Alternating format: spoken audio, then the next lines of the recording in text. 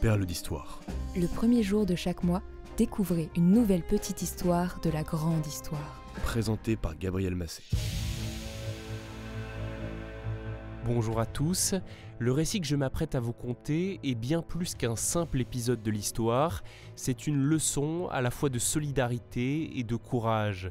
Pendant la Seconde Guerre mondiale, alors que des millions de personnes sont déportées dans les camps de la mort, certains hommes et certaines femmes ont risqué leur vie pour en sauver d'autres. Le docteur Giovanni Borromeo est l'un d'entre eux. Voici l'histoire du syndrome K. Commençons d'abord en posant un peu le contexte. En 1936, le nazi Adolf Hitler est au pouvoir en Allemagne et le fasciste Benito Mussolini est à la tête de l'Italie. Ensemble, ils créent une alliance, l'axe Rome-Berlin. Seulement l'Italie, mal préparée à la guerre, devient rapidement un allié assez pénible pour l'Allemagne. En octobre 1940, Mussolini décide d'envahir la Grèce, mais les troupes italiennes se retrouvent en difficulté, obligeant Hitler à intervenir pour lui porter secours en urgence. Cela a eu pour conséquence de retarder de plusieurs précieuses semaines l'invasion de l'URSS par les troupes allemandes. Sans cette intervention, la Wehrmacht aurait peut-être pu réussir son offensive en Russie avant l'arrivée de l'hiver, avant l'arrivée du général hiver comme on le surnomme, qui a donné la victoire aux soviétiques. En juillet 1943, les Alliés débarquent en Sicile, entraînant la chute du régime fasciste italien.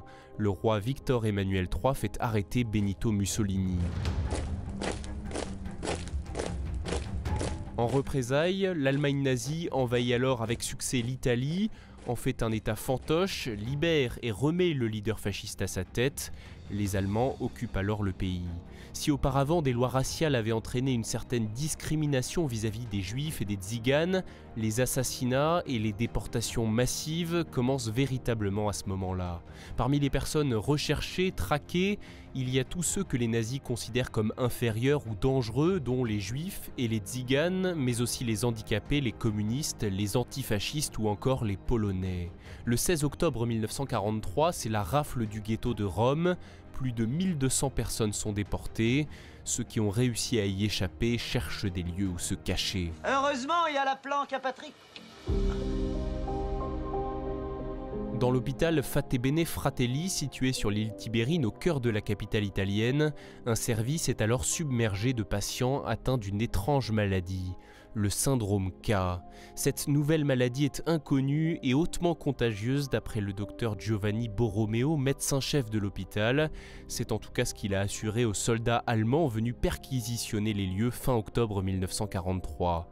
Il leur a décrit les terribles effets du syndrome K sur les victimes.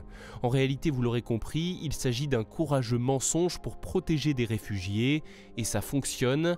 Par crainte d'attraper cette maladie inconnue, les soldats quittent les lieux sans être rentrés dans le service K. Ce nom syndrome K évoque le bacille de Koch, la tuberculose, mais la lettre K aurait a priori été choisie par Borromeo pour une autre raison. C'est une référence à Kappler, Herbert Kappler, le chef de la police nazie à Rome. Une référence osée, c'est le moins qu'on puisse dire.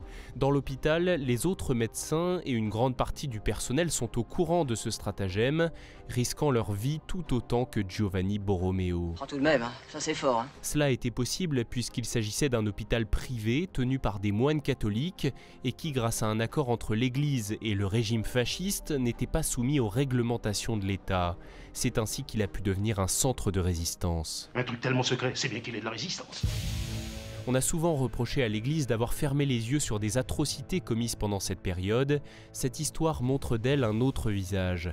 Depuis 2018 et l'ouverture de millions d'archives du Vatican, on sait que le petit État neutre situé dans la capitale italienne a aussi accueilli, en toute discrétion pour ne pas risquer de perdre sa neutralité, des milliers de réfugiés dans le palais papal de Castel Gandolfo.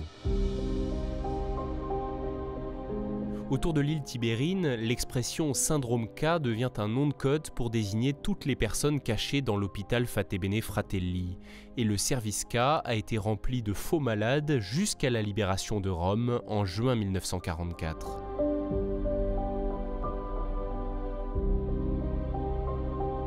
grâce à de nombreux témoins, on sait que cette histoire est vraie, même si les récits que vous pourrez lire à propos du syndrome K ne rapportent pas tous les faits de la même manière. Une chose est certaine, cette épidémie imaginaire et le courage du médecin qui l'a inventée ont sauvé de très nombreuses vies. Giovanni Borromeo, lui, est mort en 1961. Une quarantaine d'années plus tard, en 2004, son nom a été inscrit à Jérusalem au mémorial de Yad Vashem. Il a reçu le titre de Juste parmi les nations.